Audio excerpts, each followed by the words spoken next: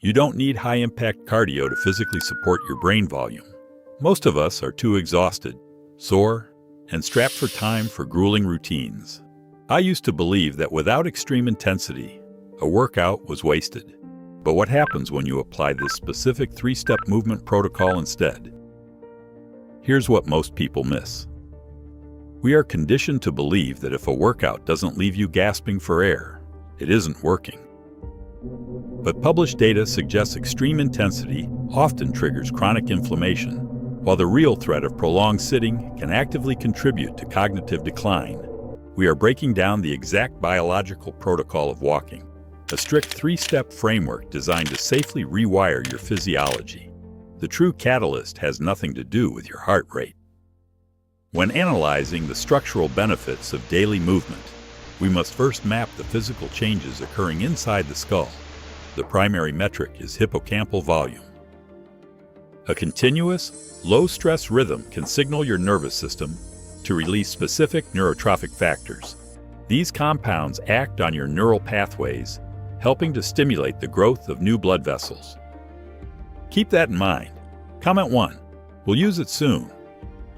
As your neural pathways expand, your vascular system undergoes a simultaneous mechanical recalibration.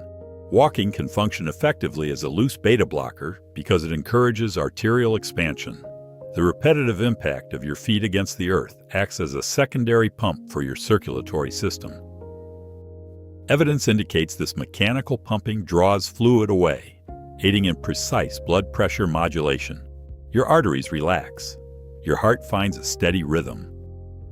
In plain terms, this means your circulatory system stops fighting gravity and gets a mechanical assist. To understand the core mechanism, we must first look at your endocrine system and how it handles energy. When you sit immediately after a heavy meal, your blood glucose rises predictably as food breaks down. Your pancreas releases insulin to handle this sudden influx. Think of insulin as a one-way valve trying to push energy into your cells. But if your muscles are completely inactive, those cells resist the pressure. This is where the switch flips. Muscle contractions during a casual walk do not require insulin to absorb glucose from your bloodstream. The physical movement of your legs opens a secondary biochemical door. In plain terms, this means the sugar in your blood is instantly siphoned off as working fuel. Your metabolic load drops immediately. To harness this mechanism, we use a simple 3-part walking code. It requires strict adherence to timing, visual state, and mechanical rhythm. Step 1 is the postprandial window. The objective is to initiate movement within 20 to 30 minutes following your largest meal. In controlled trials and follow-up reviews, short post-meal walks have repeatedly shown lower glucose spikes than sitting still, even when the pace stays easy. The common mistake in step 1 is waiting too long. If you wait 2 hours to begin walking, the metabolic cascade has already run its course, and your body has stored the excess energy. Fat cells operate like a locked vault. Once insulin secures that vault, walking later in the day may not open it as easily. But that's not the main effect yet. Walking does not just manage blood sugar. It actively modulates your digestion mechanics. The gentle, rhythmic sway of your torso stimulates the smooth muscle tissue lining your gastrointestinal tract. This physical motion can accelerate gastric emptying. You feel less bloated. Your digestion becomes highly efficient. Practically, what you'll notice is the heavy, sluggish feeling after a large meal often disappears. Step 2 dictates the regulation of your visual environment during the movement. This isn't cosmetic. It is pure function. When you walk forward outdoors, stationary objects continuously pass through your peripheral vision. Neuroscientists refer to this visual phenomenon as optic flow. Now watch what changes next. As your eyes make slight, subconscious lateral movements to process the passing environment, they send a direct signal to the amygdala. This is your brain's primary threat detection center. The lateral eye movement can suppress the amygdala's firing rate. Think of it like a cooling fan turning on for an overheating processor. The stress response drops, and your nervous system shifts out of hypervigilance. The critical mistake in step 2 is staring at a screen while walking. Looking down at a phone locks your visual field to a single, static point. You can easily lose the neurological benefit of optic flow. Your legs are moving, but your brain remains tethered to a high-stress focal point, creating a biological contradiction. As the nervous system calms, the structural tissues in your lower body begin to adapt to the continuous load. Cartilage in your knees and hips does not have a direct blood supply. It relies entirely on mechanical movement to stay healthy. And this explains the strange part. This leads directly to step 3, cadence and mechanical load distribution.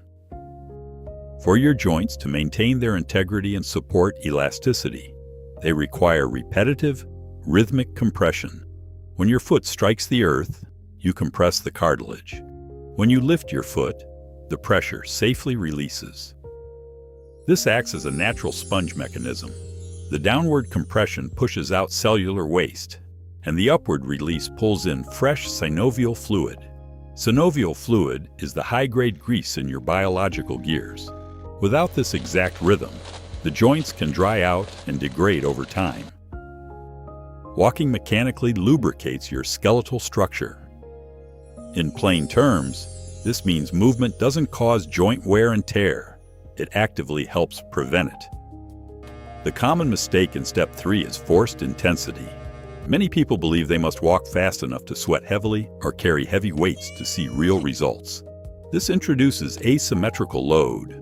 It shifts walking from a restorative process into an inflammatory stressor. Keep it rhythmic and keep your posture tall. Once you establish the correct cadence, another critical biological system activates. The lymphatic system is responsible for clearing immune waste from your body. But unlike your circulatory system, it does not have a central pump. It has no heart.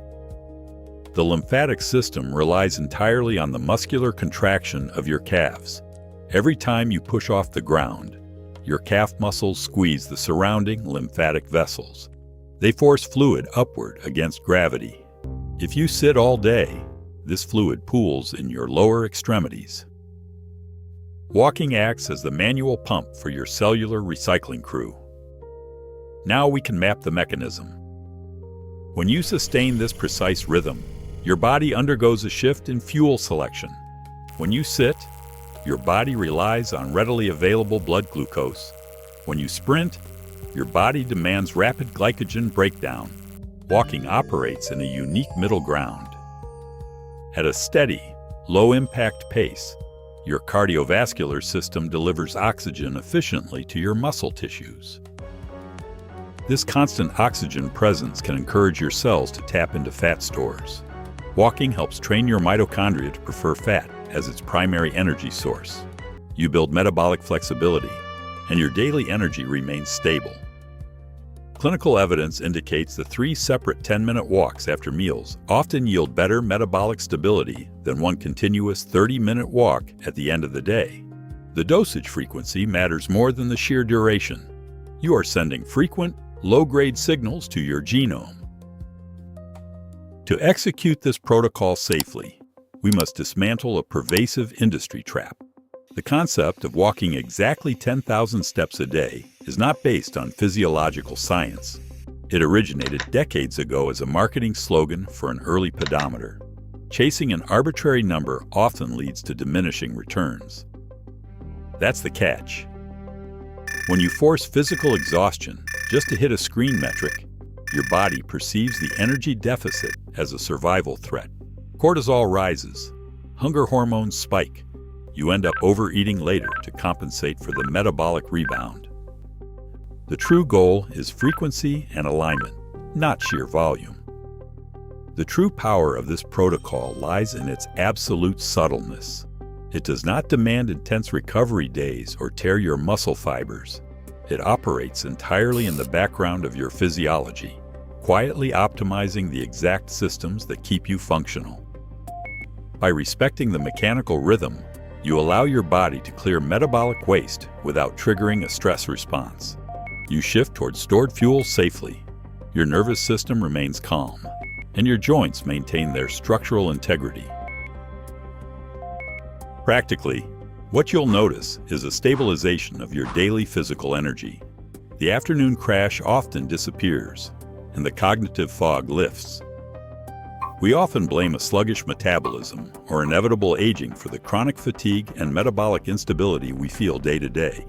We view the food we eat as the primary problem, restricting calories or endlessly analyzing macronutrients to force a result. But food is not the true antagonist here. The real issue is mechanical stagnation. When you consume fuel and immediately immobilize your physical structure, you trap your biology in a state of overflow. The excess energy has nowhere to go, often triggering a cascade of storage and nervous system stress. This three-part walking code shifts this paradigm entirely. With that in place, the timeline makes sense. By understanding that human physiology relies on physical movement to open secondary metabolic doors, you stop fighting your own insulin response. You stop relying on sheer willpower to push through afternoon brain fog. Instead, you use the exact biomechanical levers your body evolved to recognize. Timing your movement helps intercept the energy spike before it settles. Engaging your peripheral vision physically downregulates the neurological threat response. Maintaining a steady mechanical rhythm acts as a pump, clearing cellular waste out of your tissues. You are no longer just randomly burning calories. You are actively modulating your hormonal and lymphatic pathways. This framework demonstrates why precision and timing easily outperform exhausting, arbitrary volume. Here's the simple way to apply this. Do this. Walk for 10 to 15 minutes immediately following your largest meals to help bypass insulin resistance. Keep your head up and let your eyes scan the horizon to engage optic flow and lower amygdala activation. Maintain a moderate, rhythmic pace that allows you to breathe easily through your nose. Avoid this. Staring at your phone while walking, which neutralizes the neurological benefits of lateral eye movement. Delaying movement for hours after eating, allowing the metabolic vault to lock shut. Forcing extreme speed or carrying unbalanced weights, which turns a restorative mechanism into an inflammatory stressor. If you only remember one thing, frequency and timing dictate your biological response. A short, rhythmic walk immediately after eating changes your chemistry far more than exhausted pacing at the end of the day. If you want more breakdowns like this, stay with this channel. Which part of this framework have you been missing?